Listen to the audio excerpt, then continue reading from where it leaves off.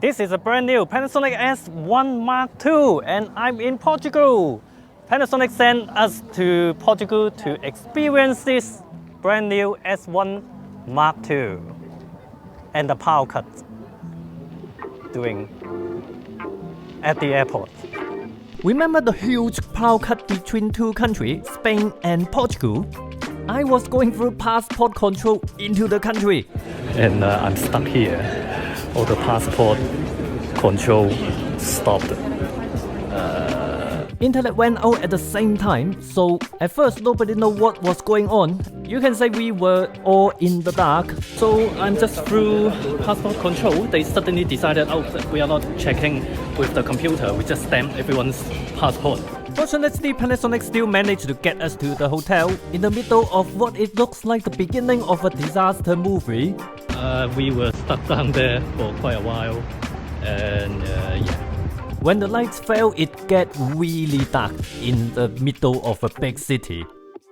Fortunately, the power was restored later at that night, or else I don't really know what we can actually do with this new camera during the trip. So let's get started with the camera. So in 2017, if I'm not wrong, Panasonic released the first full-frame camera, the S1 and S1R. And then there came S1H and then S5, which I love it a lot. It was still using contrast detection, but later S5 Mark II came. First one with phase detection autofocusing. And then just like 1 or 2 months ago, they released the S1R Mark II. So now, naturally, they would release this S1 Mark II. Comes with the attention-grabbing 70 fps continuous burst. We'll see if it is finally a better still camera.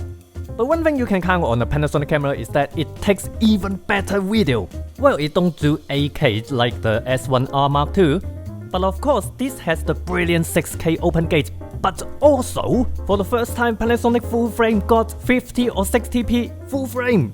Not only full frame, at 5.1K is actually open gate. Just let that sink in. Not only it is 5.1K 50 or 60p, it is also open gate.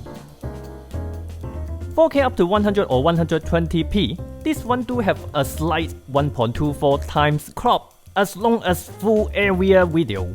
And there's no subject detection on this mode. There's a really interesting new subject detection, which is urban spot detection. Interestingly, it still detects a normal person that is not doing an urban spot. I wonder what's the difference really. Mechanical shutter 10 fps. Yeah, I think the difference is with the usual human detection, it got confused when they're upside down. I confused a bit when it's upside down, like what part should it focus on. Now I'm on the... Yeah, I think that's the difference. I mean, if I use normal human detection, it would focus on somebody standing at the back because somebody standing at the back is standing as a normal human would. But with the urban spot detection, then it would be less confused by a person who is upside down. Yeah.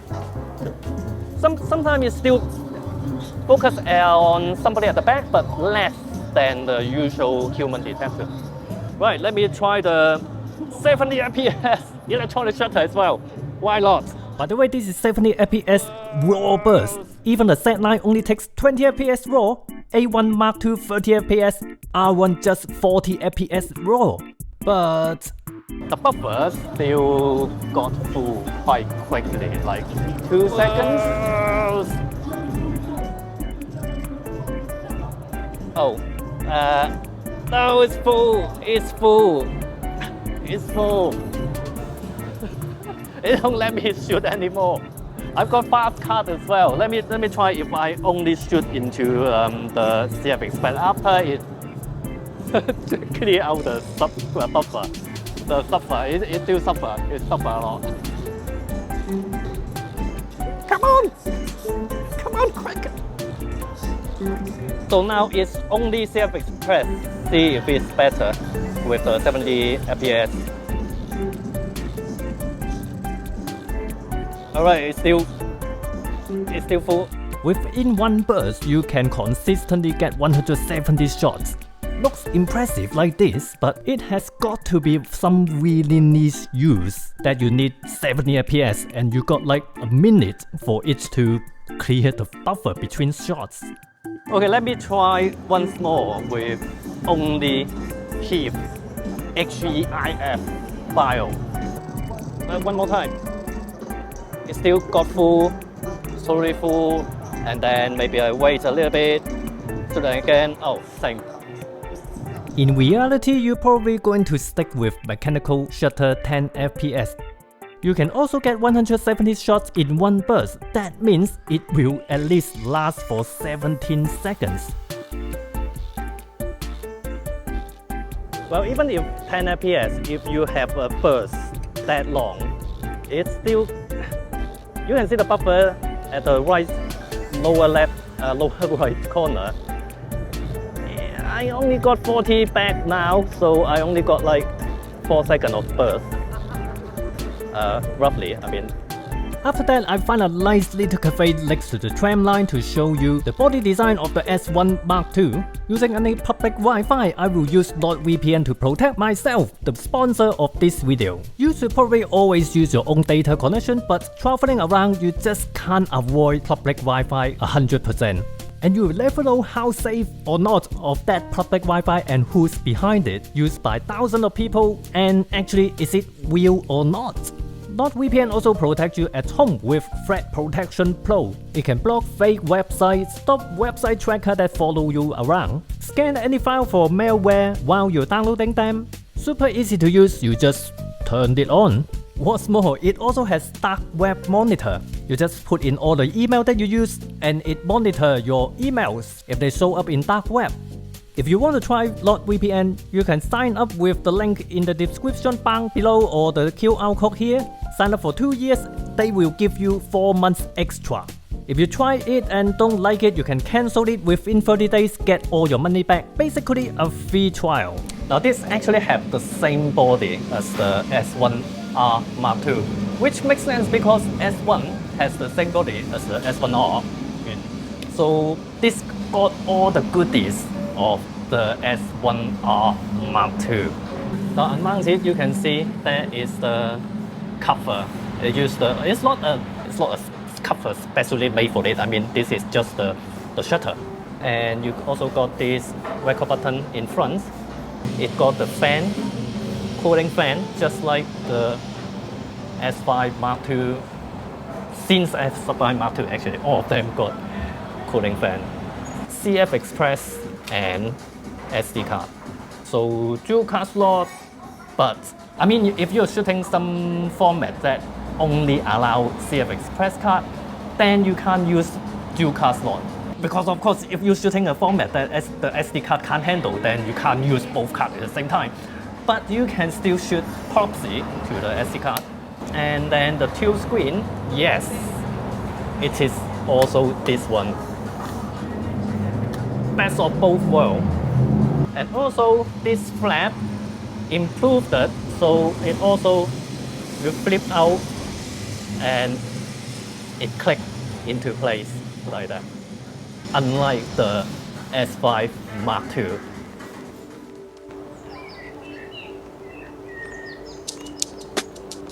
So maybe you already know that Panasonic is always good for video, ever since Michael Foster. But for photos, it's kind of like people have the general impression that for photo, not going to consider Panasonic, which is kind of true. It's just one thing. One thing is the AF tracking. Now, I'm not talking about human detection, animal detection, those are great on Panasonic. But I'm talking about if I'm not using human detection. For example, street photography. Actually, for a lot of different kind of photography as well, you don't always want to use subject detection, human detection, animal detection. I mentioned before, when this camera getting better and better, AF tracking, I love to use AF tracking and AFC. Sometimes even if I'm focusing something that doesn't move in animated, I would just focus on that and take the shot. the thing is I don't have to change the AF setting if I'm taking something that moves and then next second taking something that doesn't move. But Panasonic AF tracking is still a little bit weird. Sometimes when it works, why does it have to jump up a little bit and change the box size?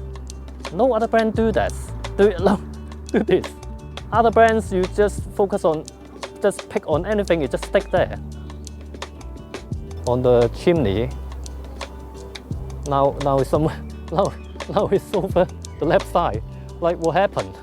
I mean, yeah, you don't need AF tracking and AFC here, but that's what I mean. I mean, this is a first, this is a demonstration, and secondly, I don't want to keep changing mode. I shoot something there, and then I shoot something here. I don't want to change mode, and I don't have to with other brands. But it kind of works. But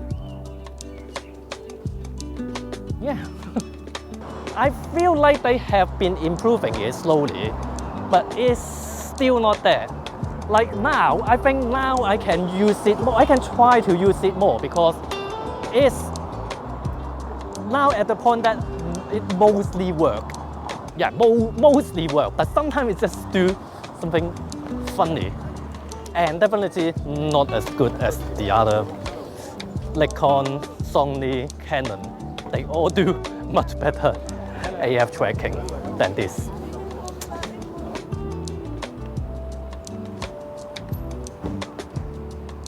Yeah, the AF tracking mostly works. But of course, it would be super annoying when 1 out of 10 that don't. There are other cool features, just like the S1R Mark II, cropless EIS, false color, which is really great. Improved over S1R Mark II that using external SSD doesn't have special power source requirements. And this is brand new, you can copy files between card and SSD. Potentially, you can back up your cards without a laptop. Now I've tried a card with 143GB of photos and video. Mind you, it's a bit slower, which would take around 12 to 13 minutes to copy all of them, while only 3 minutes on my Mac Mini. Panasonic Lumix S1 Mark II. Best video features almost even across other brands, but it's just not the best hybrid at all. I've mentioned I'll be totally happy with just a Z5 Mark II, a much cheaper entry-level camera because it has decent enough still and video.